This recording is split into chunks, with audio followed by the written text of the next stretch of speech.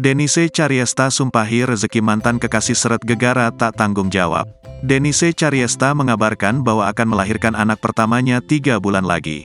3 bulan akan melahirkan, Denise Cariesta ternyata masih menyimpan dendam dengan kekasihnya JK, yang meninggalkan dirinya dalam keadaan hamil.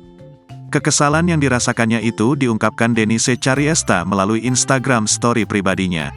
3 bulan lagi guys, semakin dekat babynya launching, kata Denise Cariesta, dilansir Minggu, tanggal 6 Agustus tahun 2023.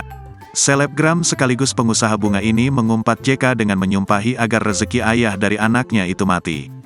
Sumpah serapah itu dilontarkan lantaran Denise merasa JK tidak bertanggung jawab dan menafkahi dirinya yang tengah hamil.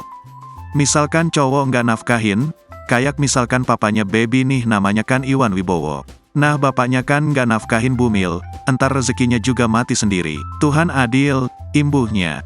Denise sangat yakin doanya sebagai calon ibu yang sedang hamil akan menembus langit dan cepat dikabulkan. Doa Bumil tembus langit, gue sumpahin semua doa berbalik ke orangnya. Dasar jahat, ucapnya. Denise juga berpesan untuk anak yang dikandungnya untuk tak meniru sifat ayahnya.